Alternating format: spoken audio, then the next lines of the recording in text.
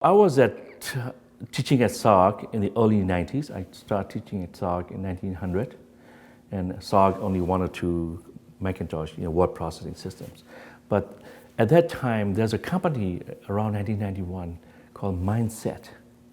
That was before Silicon Graphics, and they were doing really sexy, modern, sleek design, and they have these very sophisticated 3D graphic engine. I almost bought it, but I didn't. And then I discovered the SGI a little later.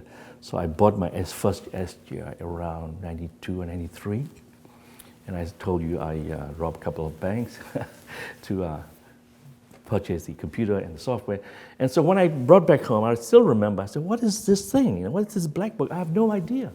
Because I was totally ignorant. Before I was still interested in philosophy and reading Heidegger phenomenology and all that stuff, but this thing is something completely new to me.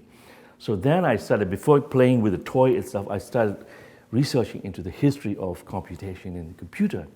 So the Silicon Graphics triggered me to the whole universe of the advent of computation and the history of computation and how the instrument as a tool of construction, and now I can speak in terms of possible world, but now I look at architecture, the construction of possible worlds, was implicated and involved in that. And this is tool par excellence. So I traced back to the origin and the logic of computation, and I discovered that it was around the turn of the 19th century in mathematics. And so Alan Turing, when he wrote the paper called on computable numbers with an application of the Einstein problem in 1936, it was in that paper that he defined the blueprint, conceptual blueprint of the Turing machine.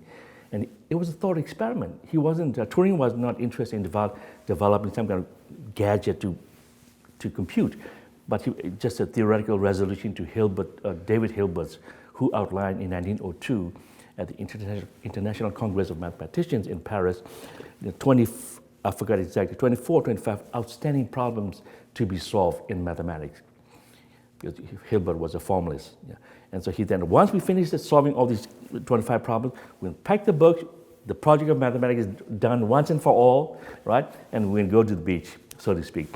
And so, but there are a number of outstanding problems. So, and Alan Turing in 1936, even after that, after 34 years after David Hilbert outlined those problems, he was still resolving the problem. And so he was attempting to solve, so-called Einstein problem, in English called the decision problem.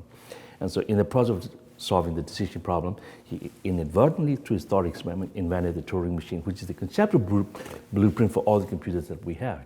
And so Turing, in that sense, is the father of modern concept of computation.